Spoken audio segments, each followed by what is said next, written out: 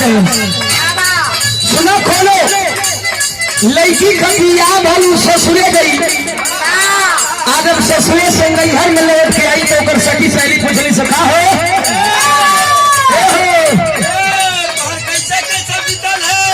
कैसे कैसे तुहार बेटर सरोज तुहार तो बियाह नहीं ना भलो। अच्छा तू बतावा कि केहू से प्यार कैले हो कि ना? एक बार बता दीजा इस भाई की हम अपन बता देली तो हमरो फल बने कि तू बता दे कि केहू से प्यार कैले हो। अगर ना प्यार भले तो हमसे पूछिया बताइए प्यार कैसे करे के हम। लड़की ओकर सखी सहेली पूछली से कि का हो ससुरारी गए रही कैसे कैसे प्यार बीतल तुहार गुनाह ठीक हो ना माने ना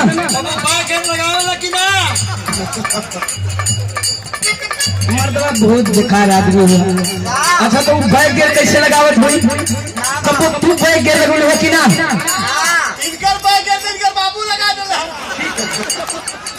बतावा हम में हरारू में कौन बैग गेर लगेला? हां खराब मर दे अपने से पकड़ाए वाली काम करे ना। अच्छा तो देखा मेहरारू का खूबी अलग अलग होले मनु जवने के दुल्हा मान गई तो तू तरी छेहा के बोली तुझे भिखा रे बड़ा चहुआ पे चले भिखा बात तो ढेर दुल्हा ढेर माने रखा जान तो कैसे कही चुरुगुबी आज उन्हें कानत रही उससे पूछे सी कान बिंदुआ कमाई तू काहे मुंह लटकोले रहली रे तो कही कि जानन तू हमार करम मेरे बतिया को बगलवा के छोकर से बियाह हुआ हम तो कुछ जानते नहीं कर।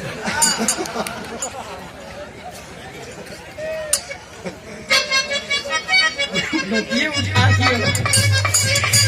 अच्छा कहीं बताओ कि हमारे दुल्हा कितना माने रखा नमस्कार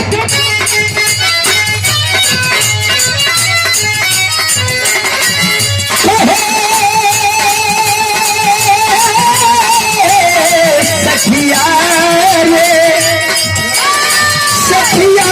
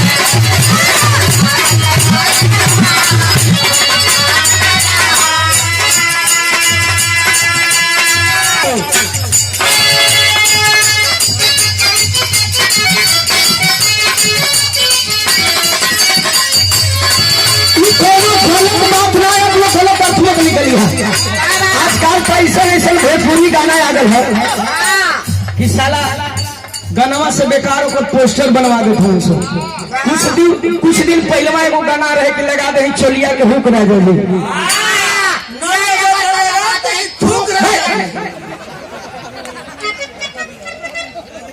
ओकरे बाद गाना आ गई समियाना के खेत देवे ढोढ़िए में घूम तो लेडीज वो कम ना है इसी जानते हो लेडीज का जवाब दिलस सामान नहीं ठेकारे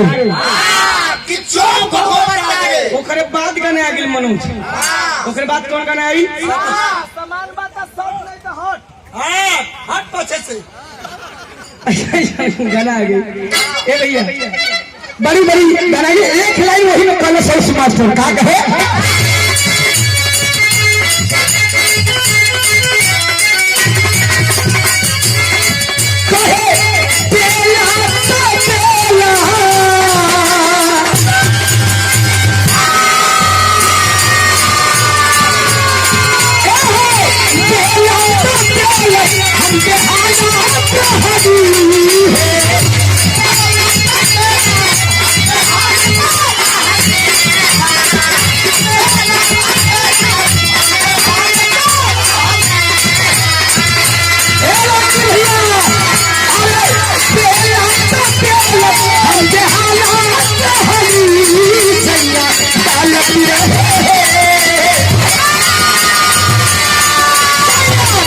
किया हम निकाल पूरा